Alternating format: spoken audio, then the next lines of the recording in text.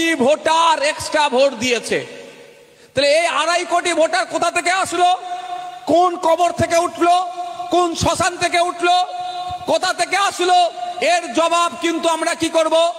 আমরা যেমন আমাদের ফর্ম ফিল আপ করে জমা দিচ্ছি, তার সাথে সাথে কেন্দ্রীয় যে নির্বাচন কমিশন আছে, ভারতের নির্বাচন কমিশন, তার কাছ থেকেও আমরা চাইবো এর জবাব আপনাকে দিতে হবে। একটা বড় চুরি হয়েছে এখানে, যে বিহারে আমরা দেখলাম যে আপনি তথ্য দিচ্ছেন টোটাল ভোটার হচ্ছে 7,42,00,000। আমাদেরকে প্রশ্ন তুলতে হবে, নির্বাচন কমিশনকে জবাব চাইতে হবে, তার কাছ থেকে জবাব আপনাকেই দিতে হবে।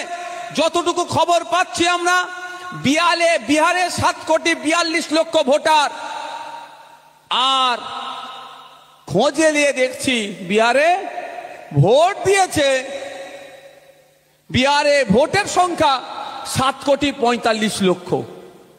তো 3 লক্ষ কোথা থেকে আসলো? শুধু 3 লক্ষ বেশি নয়, আর একটা বড় চুরি হয়েছে এখানে।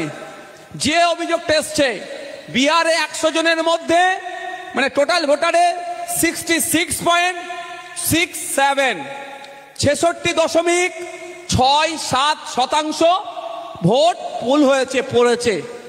তাহলে এখানে কি দেখা যাচ্ছে?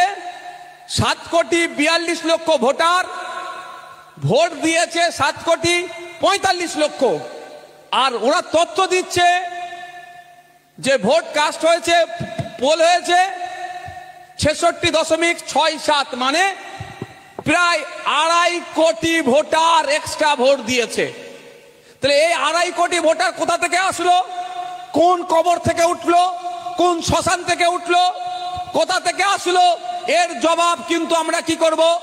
আমরা যেমন আমাদের ফর্ম ফিল আপ করে জমা দিচ্ছি, তার সাথে সাথে কেন্দ্রীয় যে নির্বাচন কমিশন আছে, ভারতের নির্বাচন কমিশন, তার কাছ থেকেও আমরা চাইবো এর জবাব আপনাকে দিতে হবে।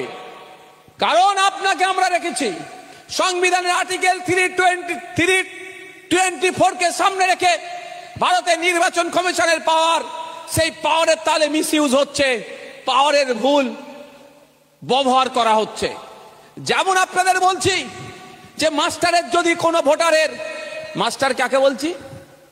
নির্বাচন কমিশনকে, না নির্বাচন কমিশন, আর ছাত্র ভোটার আমরা বলছি। মাস্টার কোশ্চেন পাঠিয়েছে, আমরা বাধ্য ছেলের মতো উত্তর দিলাম, তো যার উত্তর নেই এখানে উত্তর ছেড়ে দিলাম। কিন্তু মাস্টার যদি আমার উত্তরপত্র নিয়ে ছেড়কারি করে, মাস্টার যদি দু চোখে দেখে, রবিউলকে একটা চোখে দেখছে আর নওশাদকে আলাদা চোখে দেখছে, রাইনুরকে একটা চোখে দেখছে আর তৌফিককে আলাদা চোখে দেখছে, তাহলে কি হবে? ছেড়ে কথা বলা হবে না, কারণ উত্তরপত্রের কপি আমার কাছে আছে।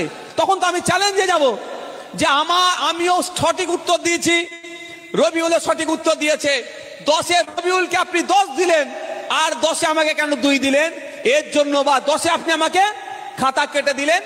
তার মানে কোনো বৈধ ভোটারের যদি অবৈধ পন্থা অবলম্বন করে, রাজনৈতিক চক্করে পড়ে, রাজনৈতিক কচলাকচলিতে যদি কোনো একটা বৈধ ভোটারের নাম কাটা যায়, কোনো ভাঙড়ের যে কোনো, সে তৃণমূলের নেতা হতে পারে, তৃণমূলের সমর্থক হতে পারে, ভাঙড়ের বিজেপিকে সে ভালোবেসে ভোট দিয়েছে, আইএসএফ এর চরম বিরুদ্ধে হোক বা আইএসএফ এর সমর্থক হোক, ভাঙড়ের যে কেউ হোক, ভাঙড়ের কোনো একটা ভোটারের যদি বৈধ ভোটারের নাম কাটে মাস্টার, তাহলে এই মাস্টারের বিরুদ্ধে ভাঙড়ের বিধায়ক সুপ্রিম কোর্টে মামলা করবে, ছেড়ে কথা বলবে না।